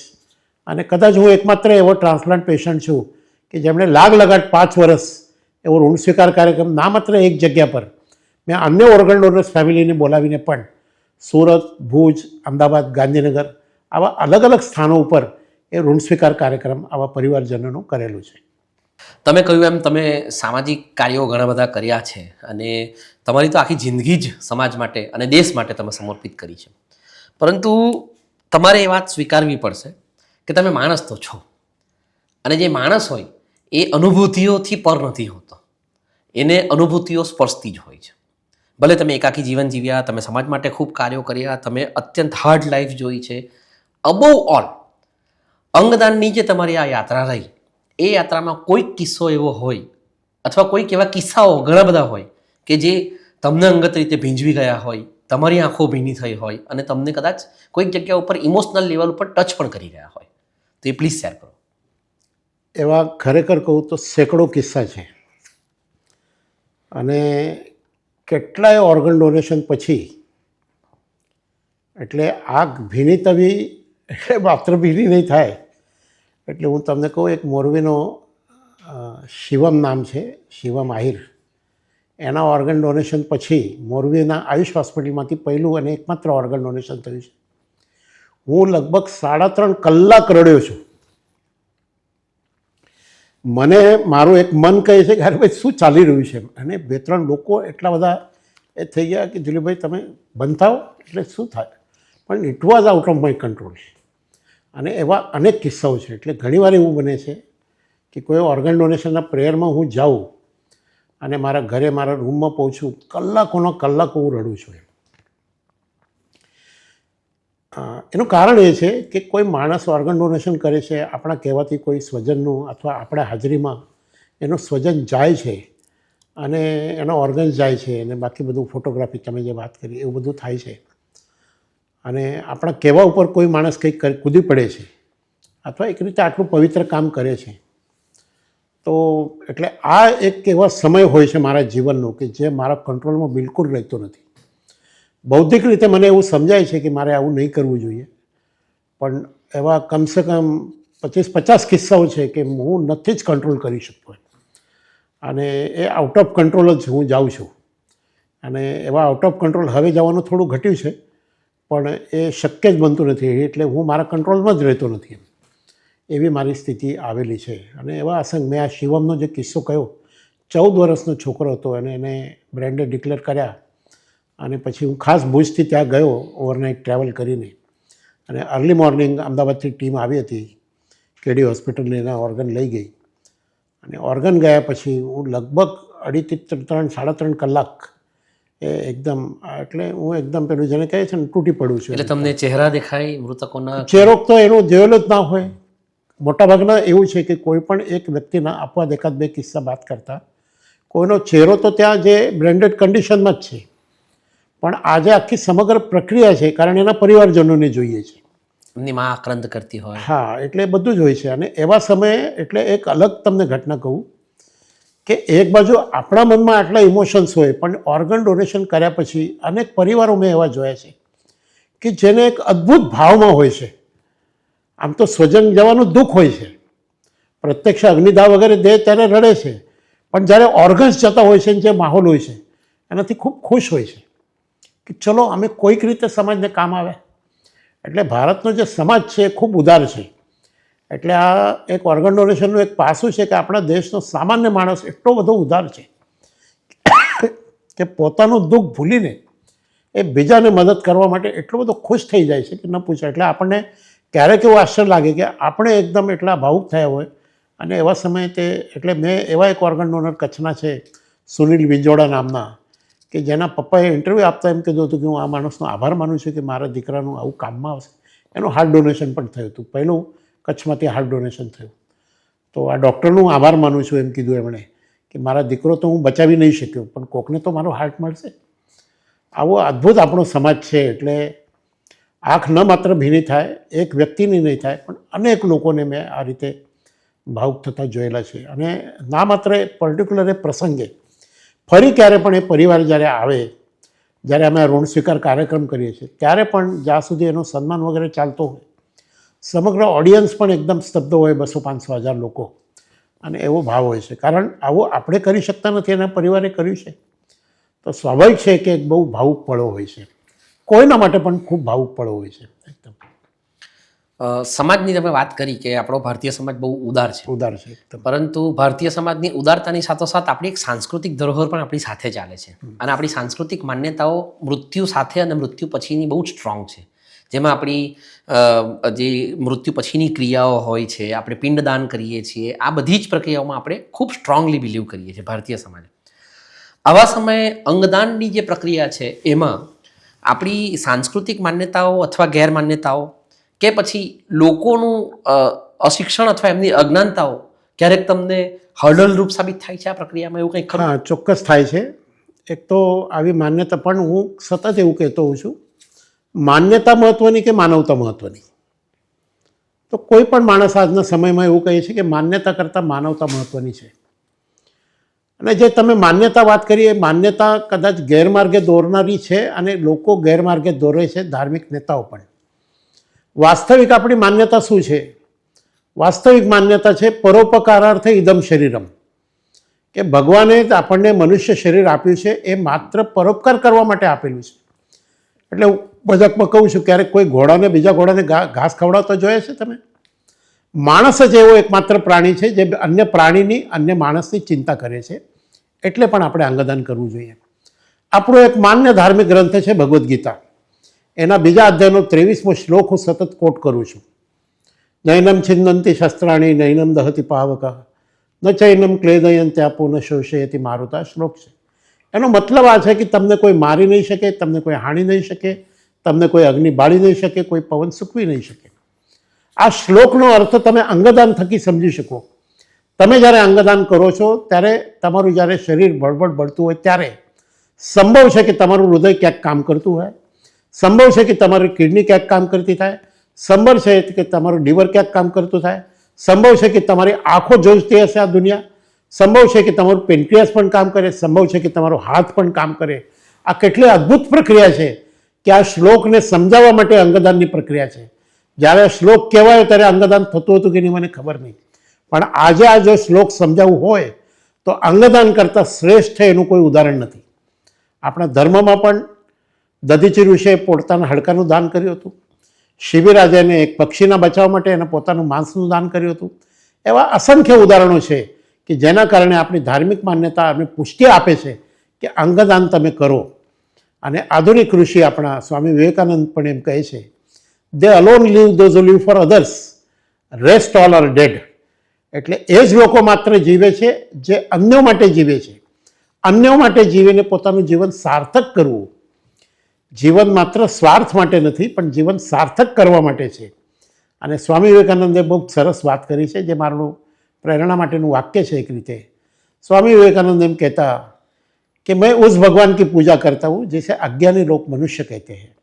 તમે જો અંગદાન કરો છો તો એક બીજા માણસની, અન્ય અનેક પરિવારોની તમને મદદ કરવાની અવસર મળે છે, અને એ પ્રભુની પૂજા કરવાનું તમને અવસર મળે છે, એવું હું માનું છું. એટલે ફરી કહું છું કે માન્યતા કરતાં માનવતાને વધારે પ્રાધાન્ય આપણે આપીએ. આ આધુનિક વિજ્ઞાન અને ટેકનોલોજીના યુગમાં આપણી જે ધાર્મિક માન્યતા છે એ ખરેખર વાસ્તવિક માન્યતા છે અન્યને મદદ કરવા માટેની. એ રીતે આપણી માન્યતાને આપણે સમજીએ. માન્યતા શબ્દ પરથી જ મારે એક બીજી વાત પણ તમને કરવી છે કે આપણે ત્યાં એક ગેરમાન્યતા એવી પણ છે, કારણ કે જ્યારે પોડકાસ્ટનું રિસર્ચ હું કરી રહ્યો હતો ત્યારે મેં રેન્ડમ અમુક લોકોના પ્રશ્નો પૂછ્યા કે ધારો કે તમારે અંગદાન કરવું પડે તો શું. અને આ પ્રશ્નો મેં ટ્રેનમાં ટ્રાવેલ કરતા ટોપલાવાળાથી લઈને ભણેલા લોકો સુધીના રેન્જના જે લોકો છે એમને કર્યો. તો મને જે નીચલો વર્ગ છે શૈક્ષણિક રીતે, એ વર્ગમાંથી એક વાત એવી જાણવા મળી કે એમણે કહ્યું કે ધારો કે આપણે આપણા અંગ બીજાને આપી દઈએ છીએ તો આવતા જન્મે આપણે એ અંગ વગર જન્મવું પડે. આ અગેન આપણી એક સાંસ્કૃતિક અથવા ધાર્મિક માન્યતા છે. તો આવી માન્યતાને તમે કઈ રીતે તોડો છો? એટલે બે વસ્તુ છે. મેં પહેલાં જે વાત કરી એ લોજિકથી મેં વાત કરી છે. આપણે કુતર્કથી પણ વાત કરવી જોઈએ કે તમને આવતો જન્મ કયો મળશે એ તમે કહી શકશો? આપણે એમને પૂછવું જોઈએ કે તમે ગયા જન્મમાં શું હતા? ગધેડા હતા કે ઘોડા હતા? ગાય હતા કે બળદ હતા? ભેંસ હતા કે ભેંસા હતા? એવું આપણે પૂછવું જોઈએ. સાપ હતા, કાગડા હતા, કબૂતર હતા, શું હતા? જો તમે એ કહી શકો તો આવતા જન્મની વાત કરો. મારી પોતાની જબરદસ્ત માન્યતા છે કે પુનર્જન્મ જ છે. જો આ જન્મ છે તો પુનર્જન્મ પણ છે. અને આપણી જે ધાર્મિક માન્યતા છે, ફરી આપણે કહીએ છીએ કે હું કોણ છું? હું શરીર નથી. હું કોણ છું? હું શરીર નથી. ફરી કહું છું. આને કારણ આપણે આપણા સ્વજનને પણ એનો એકવાર મૃત્યુ થયા પછી ડેડ બોડી કહીએ છીએ. અને જ્યારે ડેડ બોડી હોય છે, આપણા જે બાહ્ય અંગો દેખાય છે, બધા જ અંગો હોય છે, અને તેમ છતાં એનો આત્મતત્વ ચેતના એની નીકળી ગયા પછી એ માત્ર ડેડ બોડી છે. અને કેટલી સરસ પ્રક્રિયા છે કે તમે બ્રેન્ડેડ ડિક્લેર થાઓ તો આધુનિક ટેકનોલોજીના કારણે તમારો અંગો જીવિત રાખી શકો. અલ્ટિમેટ તમારી ઈચ્છા શું છે કે તમારું સ્વજન જીવિત રહેવું જોઈએ. હોસ્પિટલમાં જ્યારે ડેથ બેડ ઉપર કોઈ તમારો સગા સંબંધી હોય ત્યારે તમારી ઈચ્છા શું હોય છે? આપણે ડૉક્ટરને કહીએ છીએ ગમે તે કરો, એને બચાવો, ગમે એટલા પૈસા થાય વાંધો નહીં. ડૉક્ટર આપણને એમ કહે છે કે આ બ્રેન્ડેડ છે, એનું તમે ઓર્ગન ડોનેશન કરો તો અન્ય 3, 4, 5 શરીરમાં તમારા મમ્મી, પપ્પા, ભાઈ, બહેન જીવિત રહી શકે. એનાથી મોટી વાત કઈ હોઈ શકે? આવતો જન્મ કોણે જોયે છે? તો આ રીતે, અને ચાર્વાકની વાત કરીએ, ઋણમ કૃત્વા ઘૃતમ પીબેત, એમ કહે છે યાવત જીવેત સુખમ જીવેત ઋણમ કૃત્વા ઘૃતમ પીબેત. જ્યાં સુધી જીવો છે ત્યારે સુખપૂર્વક જીવો, દેવું કરીને પણ ઘી પીવો. ભસ્મીભૂતસ્ય દેહિનામ પુનરાગમન કુતઃ. તમે ફરી આવશો એની ગેરંટી શું છે? પણ તમે જો ઓર્ગન ડોનેશન કરશો તો એની ગેરંટી છે કે તમે થોડા સમય માટે પણ કેમ ન હોય, એ થોડો સમય ગમે તે હોય, 4 દિવસ હોય કે 4 વર્ષ હોય કે 40 વર્ષ પણ હોય. મેં 25-30 વર્ષના પેશન્ટ જોયેલા છે ઓર્ગન ડોનેશન થયેલા. તો આ કેટલી જબરદસ્ત વાત છે કે તમારે કિડની, લીવર, હાર્ટ એ 25-30 વર્ષ કોઈના શરીરમાં જીવિત રહે. અદ્ભુત વાત છે આ. તો એ વાત સ્વીકારવાના બદલે તમે આવતો જન્મ, જેની માત્ર કલ્પના જ કરવાની છે, એવો કોઈ આવતો જન્મ વગેરે છે નહીં. જો તમે અગ્નિ સંસ્કાર કરો છો, રાખ થાય તો આવતા જન્મમાં તમે રાખ તરીકે જન્મશો. જો તમે ભૂમિ સંસ્કાર કરો છો એટલે કે દફનાવો છો તો તમે શું, એટલે જમીન તરીકે જન્મ થશે. જો તમે જલ સંસ્કાર કરો છો, જલમાં તમારું શરીર વિલીન કરો છો તો જળ તરીકે તમે જન્મશો. તો આપણે આ પંચમહાભૂતમાં, આપણે તે શબ્દ આપણે વાપરીએ છીએ કે આપણે એનો દેહ પંચમહાભૂતમાં વિલીન થઈ ગયું. અંતતો ગત્વા આપણે પંચમહાભૂતમાં વિલીન થવાનું છે, નક્કી જ છે. એટલે 5 તત્વોથી આ બનેલું શરીર, 5 તત્વોને અર્પણ કરવું એ આપણી માન્યતા છે. તો 5 તત્વોને ફરી એ શરીર અર્પણ તો થવાનું જ છે, અને એક નહીં બીજા સ્વરૂપે થશે. એટલે તમે એવી કોઈ ચિંતા નહીં કરો કે જેના કારણે તમને આવતા જન્મમાં, હું તો કહું છું, વધારે મજબૂત તમને લીવર મળશે, વધારે મજબૂત હાર્ટ મળશે, વધારે મજબૂત તમારા આંખો થશે, ચશ્મા વગરની આંખો આવશે, એવું તમે વિશ્વાસ રાખો. અને હવે આપણે આ પોડકાસ્ટના અંત તરફ જઈએ. મારે તમને 2 પ્રશ્નો પૂછવા છે. એક પ્રશ્ન એ કે ઓર્ગન ડોનેશનના કામની સાથે હવે તમે ઓર્ગન કેરની પણ વાત કરી રહ્યા છો, તો એ જે ઓર્ગન કેરની જે તમે વાત કરી રહ્યા છો એ વિશે થોડું કહો. અને બીજો પ્રશ્ન પણ હું તમને હમણાં જ કહી દઉં કે આ પોડકાસ્ટ જે કોઈ જોઈ રહ્યા છે એમના મનમાં જો ઓર્ગન ડોનેશન માટે અચકાટ હોય તો તમે એમને એવી કઈ વાત કહેશો કે જે સાંભળીને તેઓ અત્યારે જ ઓર્ગન ડોનેશન માટે તૈયાર થાય?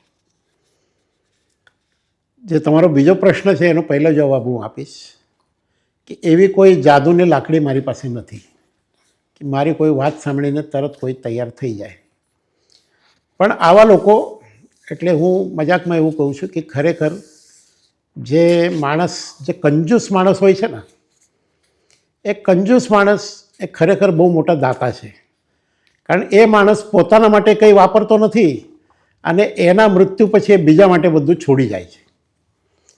હવે બીજો જે પહેલો પ્રશ્ન તમે પૂછ્યો હતો કે ઓર્ગનના કેરની પણ હું વાત કરું છું. અત્યારે આપણા દેશમાં એક અંદાજ મુજબ 5 લાખ લોકો ઓર્ગનની પ્રતીક્ષામાં છે.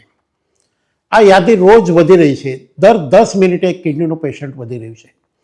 મારે સૌ દર્શક મિત્રોની વિનંતી છે કે તમારા જે ઇન્ટરનલ ઓર્ગન્સ છે, લીવર, કિડની, હાર્ટ, લંગ્સ, પેન્ક્રિયાસ, એની અત્યંતિક ચિંતા કરજો. કારણ આની જે પ્રતીક્ષા છે ને એ બહુ પીડાદાયક છે, બહુ ખર્ચાળ છે. એક લીવરના પેશન્ટને, એક કિડનીના પેશન્ટને 25, 30, 40 લાખ રૂપિયા ખર્ચો થઈ જાય. એક હાર્ટના પેશન્ટને કે એક લંગ્સના પેશન્ટને કરોડો રૂપિયાનો ખર્ચો થાય. તો આવો જબરદસ્ત ખર્ચામાંથી બચવા માટે રોજ થોડો સમય પોતાના સ્વાસ્થ્ય માટે આપો. યોગ્ય પૈસા ખર્ચીને યોગ્ય ખોરાક લો, યોગ્ય પ્રકારનો આરામ કરો.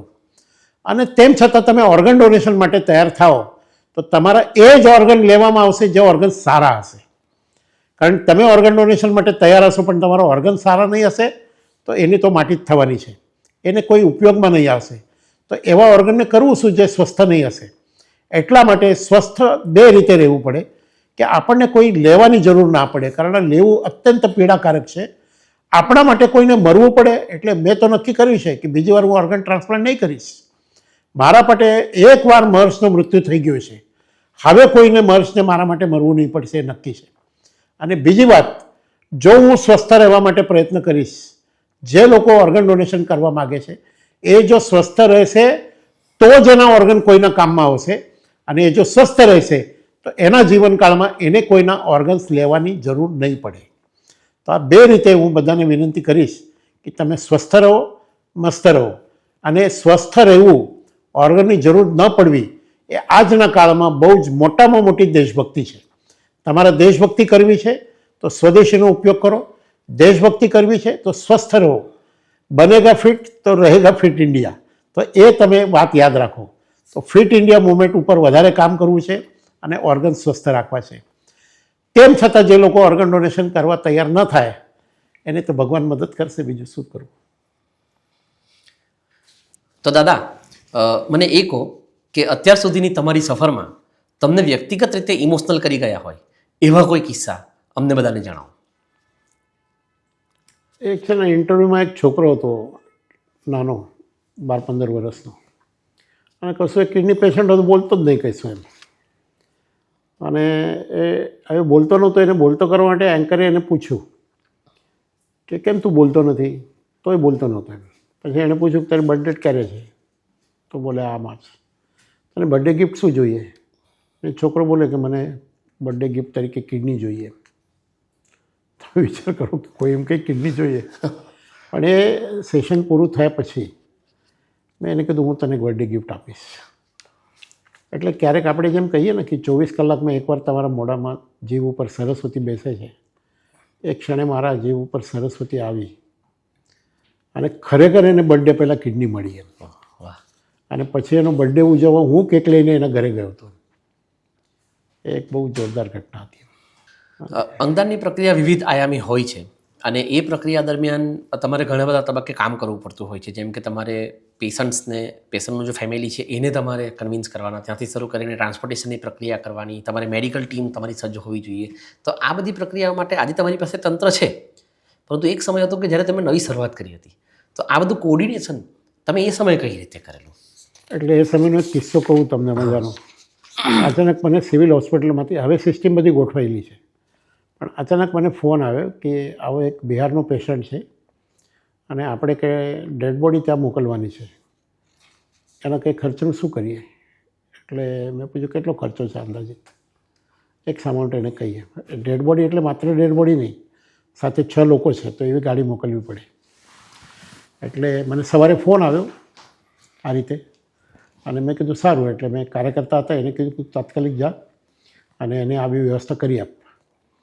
એટલે ઇમિડિયેટ મને 50,000 રૂપિયાની જરૂર હતી. તો 2 અમદાવાદના લોકોને મેં ફોન કર્યો કે મને 2 દિવસ માટે તમે કેટલા પૈસા આપી શકો એમ છો? તો એક ભાઈ કીધું 25,000 આપો અત્યારે. મેં કીધું સારું, આ ભાઈને આપજો ને. ત્યાં સિવિલ હોસ્પિટલની નજીક એનું ઘર હતું. બીજા એક ભાઈને કીધું, એણે 25,000, એમ 50,000 રૂપિયા આપ્યા હતા. તો અચાનક આવી જે પહેલી વ્યવસ્થા કરવી પડી. ત્યાર પછી તો અમે વ્યવસ્થા કરી લીધી હતી, જ્યારે અમે સંસ્થાના નામે 1 પણ રૂપિયો કોઈ પાસે લીધો નહોતો. તો આવી એક અદ્ભુત વ્યવસ્થા, જે પહેલી જ વાર વ્યવસ્થા કરી મને યાદ છે. આવી વ્યવસ્થા અમે 10 વાર કરી. નેપાળ બોડી મોકલી છે, વારાણસી મોકલી છે, ઝારખંડ મોકલી છે, એવું ઘણી વાર કર્યું છે. એકવાર અહીંયા આ લોકો સાક્ષી છે કે વ્યારા જવું હતું, તો મેં એને કીધું કે જે પણ પૈસા થાય તમે ચિંતા નહીં કરો, એટલે કન્સર્ન લેવા માટે. અને એ પણ ઘટના બહુ જોરદાર હતી એકદમ. પણ આ લોકો ગાડી લઈને અહીંથી, મેં કીધું ઇનોવા જ કરજો તમે ગાડી કઈ કરી મને ખબર નહીં, પણ મેં કીધું સારામાં સારી ગાડી કરો. કારણ જે બ્રેન્ડેડ પેશન્ટ હતો એના પપ્પા તૈયાર હતા, એની વાઈફ ત્યાં હતી, એની સિગ્નેચર લેવાની હતી. એટલે મેં કીધું સારામાં સારી ગાડી કરજો અને ત્યાં જાઓ. અહીંથી 60-70 કિલોમીટર દૂર જવાનું હતું એમ. તો આવા પ્રસંગો આવે છે અચાનક. આવે ત્યારે અચાનક જ આવે છે, આ કશું પ્રી ડિટર્મિન્ડ હોતું જ નથી. પણ હવે એટલી વ્યવસ્થા કરેલી છે કે અચાનક 50,000 રૂપિયા લાખ રૂપિયાની વ્યવસ્થા કરવી તો કરી દે. શરૂઆતમાં તો લોકો કેટલાક ટેસ્ટ પણ બહાર કરતા હતા. એ કુદરત તમને સહાય કરે જ છે એક કે બીજી રીતે. તો મિત્રો આપણે દાદા દેશમુખ એટલે કે દિલીપભાઈ દેશમુખ પાસે આ અંગદાન વિશેની આટલી બધી વાતો સાંભળી, અને આટલી બધી એટલે ખૂબ રસપ્રદ અને કામ આવે એવી. એમની સાથે હું જ્યારે વાત કરતો હતો ત્યારે મને સતત એક ભજન યાદ આવતું હતું, રાખના રમકડા મારા રામે રમતા રાખ્યા રે. અને આપણે આ ફિલોસોફી માનીએ પણ છીએ કે આપણે ગમે ત્યારે, આજે નહીં કાલે નહીં, ગમે ત્યારે રાખ બનવાના જ છીએ. પરંતુ આપણે રાખ બનીએ, આપણે ધૂળમાં મળી જઈએ એ પહેલાં આપણી આંખ કોકને મળે અને કોઈકને દ્રષ્ટિ મળે, આપણું લીવર કોકને મળે અને એને જીવન મળે, આપણું પેનક્રિયાસ કોઈકને મળે અને એને સારા દિવસો જોવા મળે, તો આપણે રાખમાં ભળતા પહેલાં કેટલું બધું સારું કામ કરી જતા હોઈએ છીએ. હું શ્યોર છું કે આ પોડકાસ્ટ પછી અંગદાન વિશે તમારી અંદર જે ગેરમાન્યતાઓ હશે અથવા અંગદાન વિશેની જે તમારી અવઢવો હશે એ ઘણે અંશે ક્લિયર થઈ હશે. અને જો તમને આ વિશે વધુ માહિતી જોઈતી હોય, વધુ માર્ગદર્શન જોઈતું હોય, તો દિલીપભાઈ દેશમુખ સોશિયલ મીડિયાના તમામ પ્લેટફોર્મ પર અવેલેબલ છે. તમે એમનો કે અંગદાન ચેરિટેબલ ટ્રસ્ટ જે એમની સંસ્થા છે એનો સંપર્ક કરીને તમારું કાઉન્સેલિંગ કરાવી શકો છો અને આવનારા ભવિષ્યમાં માત્ર તમારું નહીં પણ અનેક લોકોનું ભવિષ્ય તમે સુનિશ્ચિત કરી શકો છો. તો આપણે આટલી બધી સરસ મજાની વાત કરી એ બદલ આપનો ખૂબ ખૂબ ધન્યવાદ. તમારો પણ આ ટપરીનો ખૂબ આભાર, કારણ ટપરી ઉપર મારે બહુ જવાનું થાય, ટ્રાવેલ ખૂબ કરું છું અને ટપરીનું મહત્ત્વ મારા કરતાં કોણ વધારે સમજે. કારણ ગામે ગામ જે ટપરીઓ છે, ચા પીવાની ઈચ્છા થાય ત્યારે 2-5 કિલોમીટર ક્યાંય પણ ઉપલબ્ધ થાય, હાઈવે હોય તો પણ ઉપલબ્ધ હોય, ક્યાંક ખાવાની ઈચ્છા થાય તો ટપરી ઉપર તમને બિસ્કિટ કંઈક પણ મળી જાય. તો ટપરી આ રીતે ખૂબ ઉપયોગી વસ્તુ છે, એટલે તમારું નામ પણ ખૂબ સાર્થક છે. ટપરી એ છે કે તમે ચાલતા જાઓ તો પણ ક્યાંક અવેલેબલ હોય, એટલે તમે સ્ક્રોલ કરશો ગમે ત્યારે તમને ટપરીનો આ વિડીયો અવેલેબલ થશે. તો ટપરીનો પણ હું ખૂબ ખૂબ આભાર માનું છું. Thank you so much.